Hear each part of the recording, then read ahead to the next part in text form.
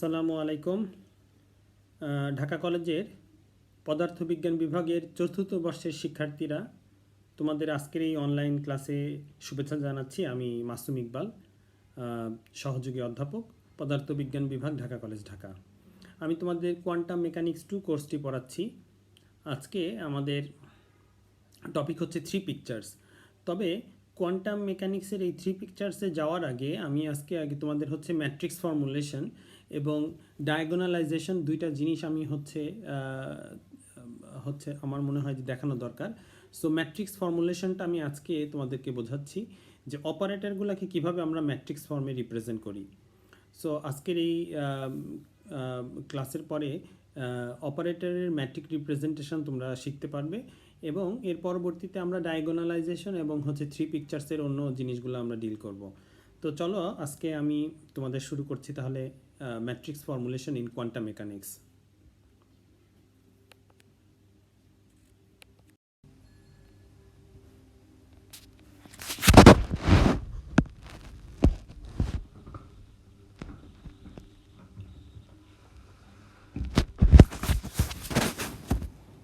প্রথমে হচ্ছে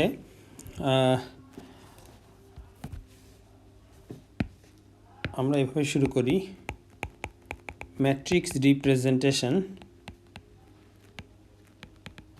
of operators in quantum mechanics.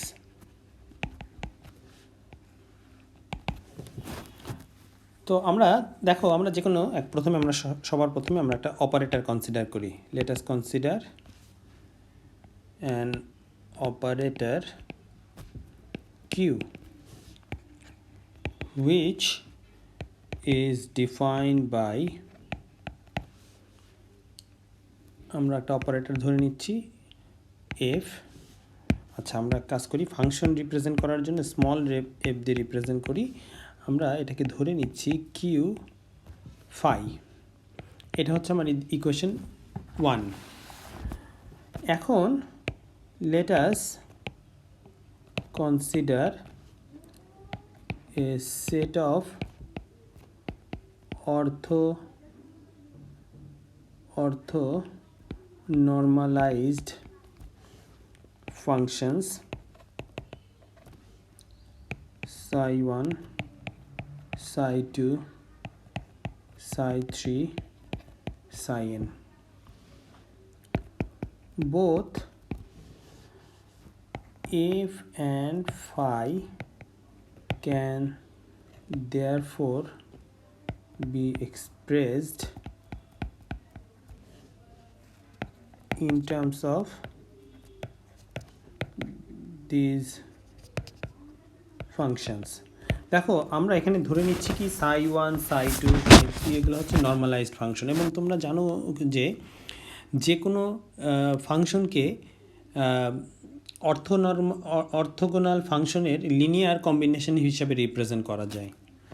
So আমরা সেই কারণে লেট করে নিচ্ছি f ইজ ইকুয়াল টু কে এর ভ্যালু হচ্ছে আমাদের 1 থেকে n পর্যন্ত এবং আমাদের সামেশন অফ বিকে সাইকে এইভাবে আমরা রিপ্রেজেন্ট করলাম। এটা হচ্ছে আমাদের ইকুয়েশন নাম্বার 2। এবং আমাদের ফাই যেহেতু আমরা বলে নিচ্ছি যে psi1, psi2 এগুলো হচ্ছে অর্থোনর্মালাইজ ফাংশন, সো ফাইকে আমরা রিপ্রেজেন্ট করছি এ এন সাই এন আর হিসাবে, এন এর ভ্যালু 1 থেকে এন পর্যন্ত। কিন্তু এই রিপ্রেজেন্টেশনে যেহেতু দুইটা এন হয়ে যাচ্ছে, এই জন্য আমরা একটু চেঞ্জ করে নিচ্ছি basis সেটটাকে।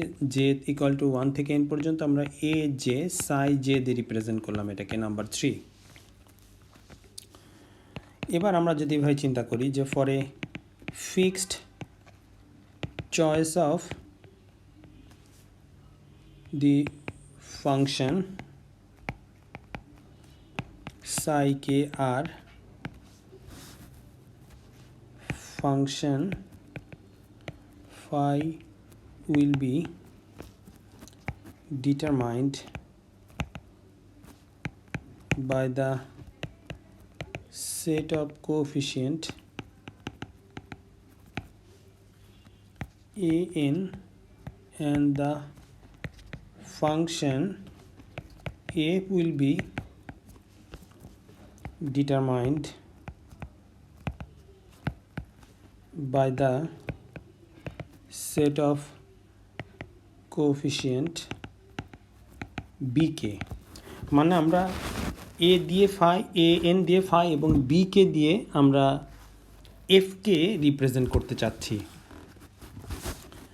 So phi can be represented by column matrix। কিভাবে কলাম ম্যাট্রিক্স হিসেবে আমরা ফাইকে রিপ্রেজেন্ট করতে পারি? দেখো, ফাইকে আমরা এভাবে লিখতে পারি a1 a2 ডট ডট, আমাদের এখানে হচ্ছে যেহেতু লাস্ট নাম্বারটা ছিল an, সো an পর্যন্ত, অথবা অর আমরা ফাইটাকে একটা রো ম্যাট্রিক্স হিসাবে রিপ্রেজেন্ট করতে পারি। Or phi is as a row matrix. সেক্ষেত্রে ফাইটাকে কিন্তু আমরা লিখতে পারি a1 a2 dot dot an, মানে হয় either alpha into one matrix অথবা one into alpha matrix. The same holds for the matrix F. তাহলে এফ ম্যাট্রিক্সের ক্ষেত্রে কিন্তু একই কথাই প্রযোজ্য। তাহলে আমরা এক কাজ করতে পারি, আমরা দেখো আমরা অলরেডি ইকুয়েশন যেটা 3 পেয়েছি, 2 এবং 3কে, তাহলে আমরা ইকুয়েশন 1-এর মধ্যে সাবস্টিটিউট করি। তাহলে substituting equation 2 and equation 3 into equation 1। So equation 1-এ দেখো সাবস্টিটিউট করে আমরা কি পাচ্ছি, কে এর ভ্যালু 1 থেকে n পর্যন্ত বিকে সাই কে ইকুয়াল টু কিউ, যেহেতু আমাদের operator Q, N A N psi N. এখন আমরা অপারেটরটাকে ভিতরে নিয়ে গেলাম সামেশনের সাইনের, এবং এটা হচ্ছে আমাদের ইকুয়েশন নাম্বার 4। এখানে এ এন এবং বিকেটা কি? A N b k are numbers which the operator does not act। ঠিক আছে, এটা মানে এটা আইগেন ভ্যালুজের মতো। এ এন এবং বি কে হচ্ছে এমন দুইটা নাম্বার যার উপরে অপারেটর অ্যাক্ট করে না। অপারেটর অ্যাক্ট করে কাদের উপরে? যেটা শুধুমাত্র ফাংশন। সো আমাদের এখানে যেহেতু সাইটা একটা ফাংশন, সো অপারেটরকে দেখো আমরা কিউটাকে কিন্তু এ এনটাকে লেফটে রেখে আমরা সাই এন এর বামে রাখছি কিউকে, মানে অপারেটরটা যেহেতু এন এর উপরে অ্যাক্ট করে না, সো এই জন্য দেখো অপারেটরের লেফটে চলে আসছে ভ্যালুটা। নাও স্কেলারলি multiply equation 4 by some function psi m, we have, আমরা আরেকটা ফাংশন নিচ্ছি psi m, এটাকে এখন স্কেলার মাল্টিপ্লিকেশন করে দেখো আমরা কি পাচ্ছি। psi m summation of B K psi K R, তাহলে এটাকে লেখা যায় psi m A N Q psi n। আমরা কিন্তু দেখো খেয়াল করে দেখো আমরা ইকুয়েশন 4টা কিন্তু ইউজ করেছি এক্সপ্লেনেশনে। সো এইটাকে দেখো আমরা এখন লিখতে পারি সামেশন অফ, আমরা সামেশন অ্যাড করলাম সাই এম, বোথ সাইডে সামেশন যদি অ্যাড করি বি কে সাই কে, এবং summation of N psi M A N Q psi N. আচ্ছা, তাহলে summation of K B K psi M psi K equal to summation of A N psi M Q psi N. এটা হচ্ছে equation number 5। But দেখো by definition আমাদের ডেফিনেশনতে আমরা কি বলেছিলাম যে সাই এম এবং সাইকে এটা একটা ডট প্রোডাক্ট রিপ্রেজেন্ট করে, যেটাকে আমরা ব্র্যাকেট নোটেশনে দেখো ঠিক এইভাবে লিখি, এবং ফাইনালি এটা রিপ্রেজেন্টেশনটা হচ্ছে ডেল এম এন। এটা হচ্ছে আমাদের ইকুয়েশন নাম্বার 6। এখন ইউজিং ইকুয়েশন 6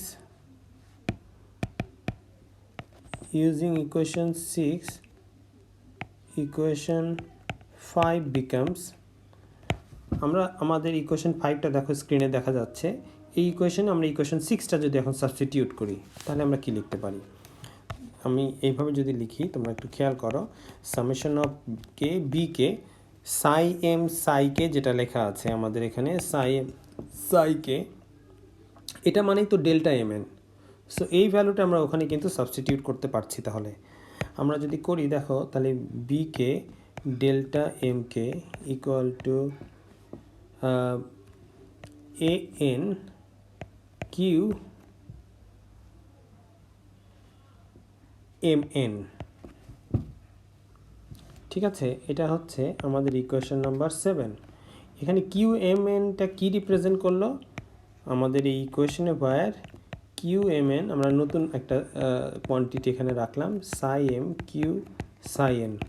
অর্থাৎ আমাদের দেখো এই যে কিউ আমাদের সাই এম কিউ সাই এন, মানে এই প্রোডাক্টটাকে কিন্তু আসলে আমরা দেখো এখানে কিউ এম এন দিয়ে রিপ্রেজেন্ট করলাম। এখন তাহলে বাই ডেফিনেশন আমরা কি লিখতে পারি? যে কোনো একটা ডট প্রোডাক্ট আমরা একটা প্রোডাক্ট হিসাবে যদি লিখি, দেখো তো এ স্টার বি ডি এক্স, তাহলে হেন্স কিউ এম এন এটাকে লেখা যায় সাই এম কিউ সাই এন। এখন একটু আগে বললাম যে আমাদের যেহেতু এই প্রোডাক্টটাকে আমরা একটা ইন্টিগ্রেশন ফর্মে লিখতে পারি। সো দেখো আমি এইটাকে যদি ইন্টিগ্রেশন ফর্মে লিখি সাই M star Q psi N dx, তার মানে ইট ইজ এ নাম্বার, কারণ যেহেতু একটা ডট প্রোডাক্ট সো ডেফিনেটলি এটা একটা নাম্বার রিপ্রেজেন্ট করবে। তাহলে আমি এভাবে বলতে পারি the set of quantity QMN represent the operator Q.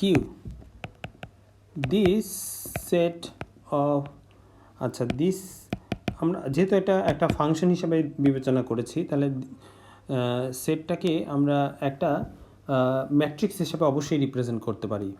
This set can be written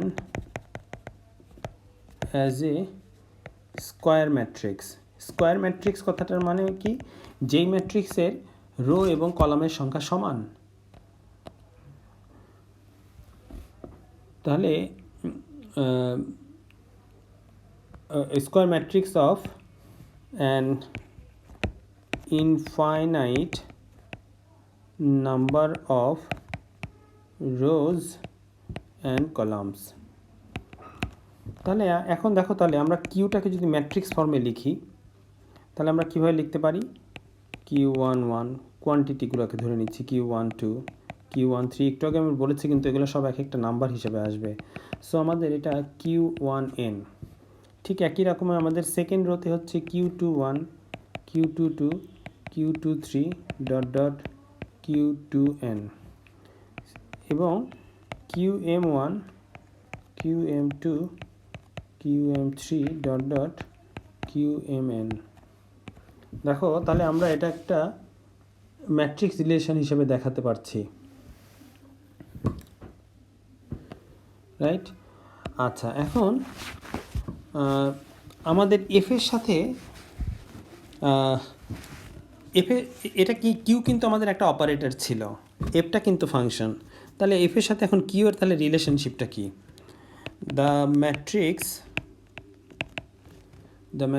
relationship between the function f